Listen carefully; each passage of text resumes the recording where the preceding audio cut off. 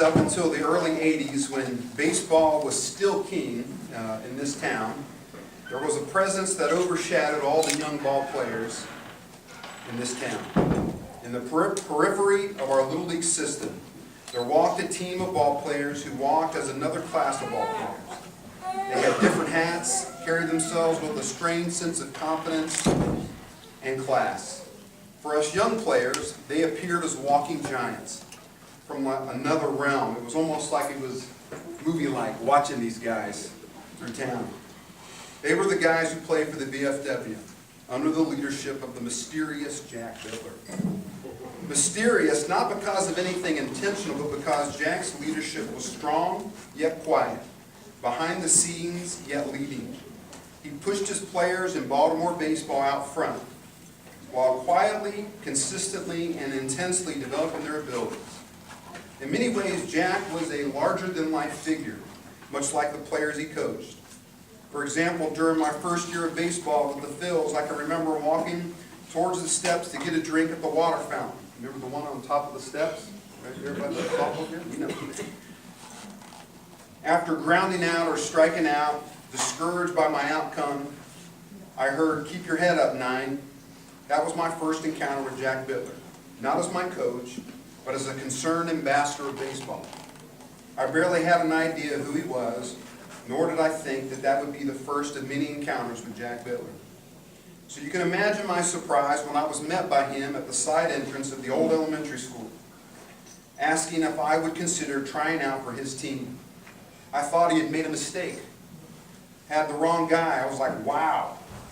I would have the opportunity to step on the same field with guys like Teddy Bader and Bruce Turley and Darren Simpson, Mike Carnevale, Curtis Taylor, Ralph Talbert, John Underwood, Mike Hayes, Scott Creed, Paul Roberts, David Valesco, Rick Magley, Sean Evans, Mike McKellar, and the list went on and on and on. And you can imagine even more of the surprise when we realized we'd actually make the team. Jeff Venata, Chris Roseberry, and Chuck Bauer and myself were shocked. It began a journey between baseball and basketball in which we got to see not only the external, but the internal character of a man. That is, a little of what we got here is a little of what we got to see. Jack was many things, but one, Jack was more of a leader who led by example, actions, effort, commitment, and quiet strength. And he expected the same from his players. He was not a coach who verbally massaged our egos with constant comfort and encouragement, making sure you were okay. And yet, he was a patient teacher who expected responsibility and to keep trying no matter the obstacle. There was no appeasing players or parents' egos. There were no shortcuts. It was work hard, just like everybody else. Jack was also driven by the pursuit of excellence in all areas of life. It manifests itself in simple things like the way we dressed, the way we groomed our hair, which was easy for me. It manifested itself in the expectation of our effort. Jack was demanding, sometimes even harsh, but always about effort and focus, not about perfection. Doing things the right way mattered. It was about class. Always pointing up to the top of the hill where the varsity baseball team played, led by our historic Jim Reed, stating that if you ever wanted to play up there someday, then we don't do it in a bush league way. You do it the right way. I can still remember sitting, we were having batting practice before a game, and I was sitting in the little dugout area there, and here comes up this just fine-looking Heather Richardson, and my gosh, she wants to talk to me, and so I obliged, and began to talk to Heather. And then all of a sudden, I heard this raging voice behind me say, "6!" And I all but jumped out of my uniform out of fear.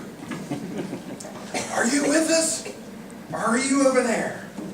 And as I walked, head held low to the batter's box, I just felt like hot air coming from his voice onto my face, reminding me that we had a job to do, that we needed to focus. And there's a time and a place for things.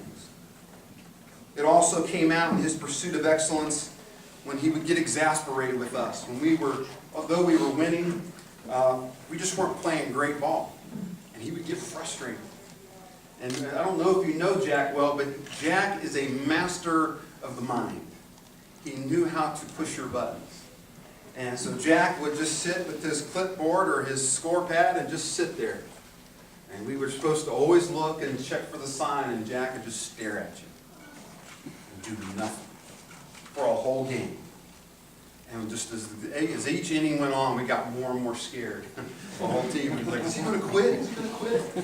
I can still remember Amy Rowland telling me one time, don't worry, he's not going to quit. He's just upset right now. Give him a minute. I'll never forget that. Jack was also okay with putting others out front while he did the things in the background. I can still remember an early spring when nobody was even thinking about the baseball field. Jack out there with the disc and the plow, plowing up the baseball field. And I remember looking out there like, this man is nuts. Or him taking, what do you call that? The dust from the... Dry. No. Lime? No, not lime. The leftover stuff when you cut the wood. Sawdust, thank you. He would put that all over the field and then he would burn it. And but he had been studying about how to take care of a baseball field in like a really, really good way. And our field was always one of the best ones in the county, hands down. I saw him in the summer times when things were over. There was Jack Bitler renovating our dugouts and putting a big cinder block in honor and in memory of Paul Beery, who started the VFW program in Baltimore, and in tribute to him. I saw him painting fences, cleaning up trash, coming up with creative ways to deal with wet fields. I've never seen so much foam in my entire life than what Jack Bitler was able to accumulate. And he made us into a team of, like we could have been great field managers for a pro team. We got really good at getting stuff up. Jack was willing to work hard when we needed uniforms and we couldn't afford them. And he would muster our team together and he would go find some place out in the middle of nowhere and we'd go cut wood for a couple days. Just so we could sell cords of wood to get uniforms.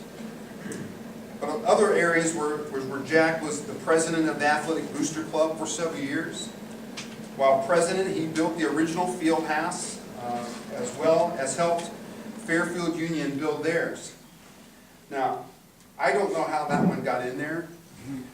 Perhaps maybe there was a lesson about rivalry that Jack did not get. Why would they help them?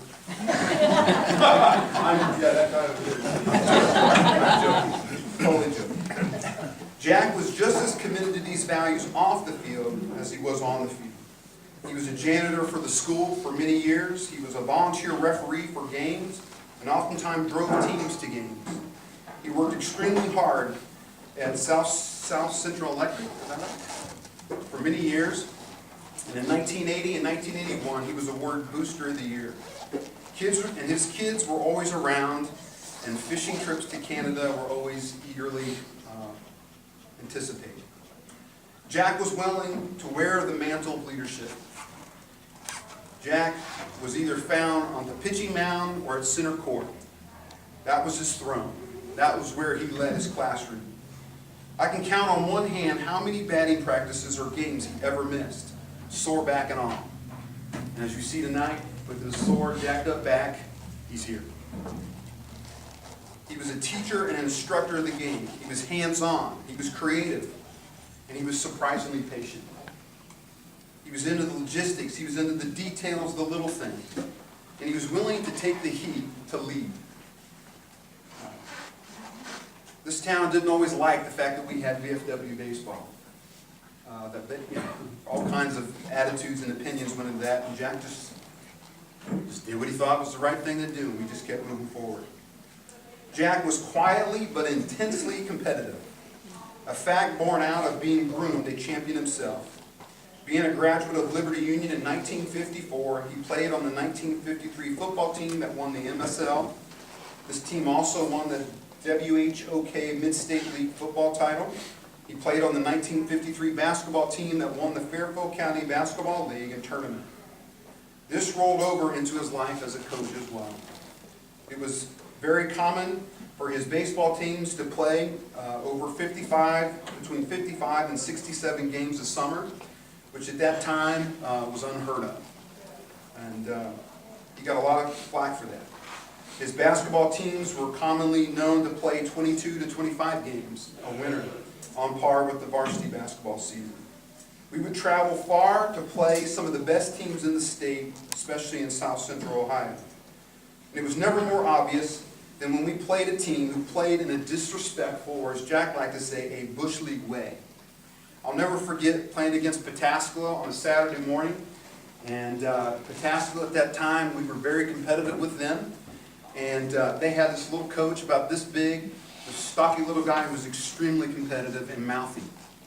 If you know Jack, Jack is the opposite of that. And it was a very good game. We lost 4-3. And Jack was so upset, he spent the next 20 minutes trying to convince this guy, come on, we can do another one. Come on, we can play another one. And the guy's like, bro, I got to go to work. He's like, come on, we can do it. We can do this quick. Jack, he was fit to be tied. Because he wanted to compete. Jack loved to compete. And finally, Jack was quietly compassionate and empowering. What I mean by that is that there were many times, Jack and I were just talking at the table, where we would be playing some team that perhaps we didn't know about, and they just weren't very good. And we were thrashing them. And Jack was, after about the second inning, would start pulling guys out of the game, or he'd basically say, I better see you back here in 4 pitches, which basically means you need to strike out. Because the thing he always said to us is that we're not here to embarrass people. We're here to compete, but we're not here to embarrass people. And we oftentimes begrudgingly had to abide. He was also empowering. Jack oftentimes on his baseball team, just like any town, had many people who, myself included, we were from poor families. We just didn't have much. And we certainly couldn't afford the quality equipment that he provided for us that we would purchase.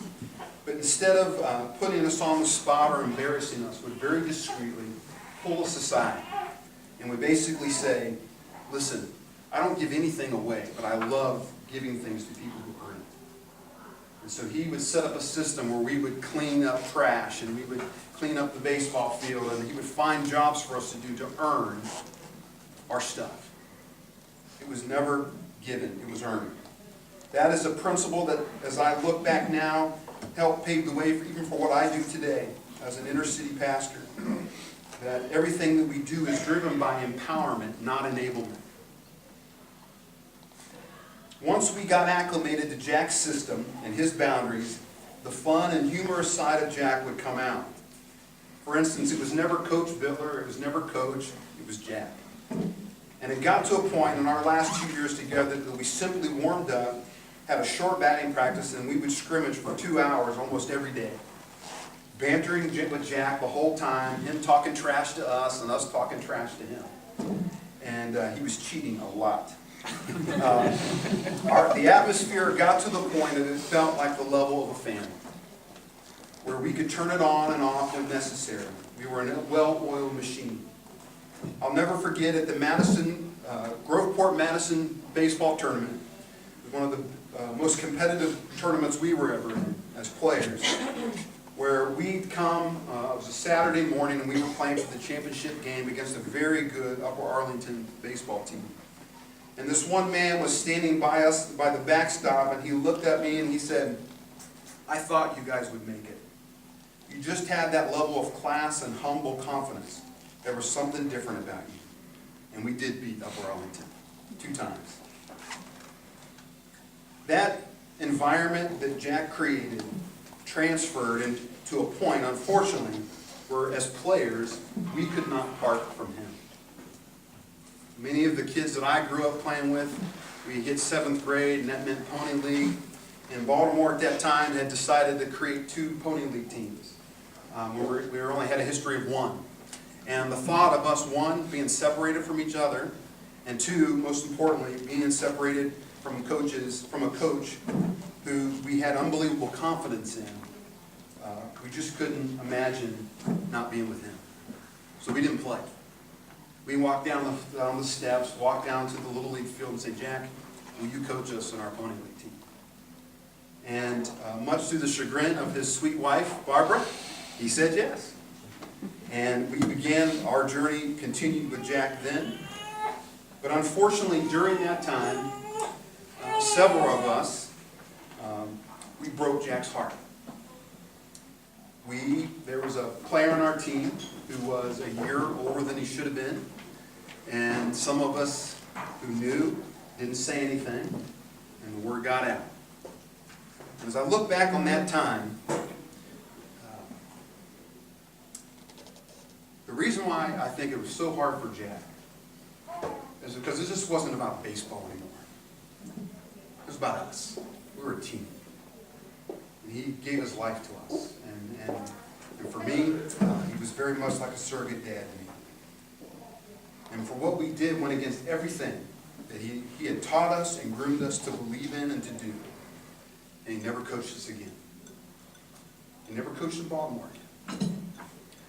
And I just want to say personally, I'm sorry that we did that to you. Because you gave us so much of your life, your time, your energy, and your consistency. So it's a great privilege and honor to be here today to get what you most justly deserve. And I thank you for investing in my life.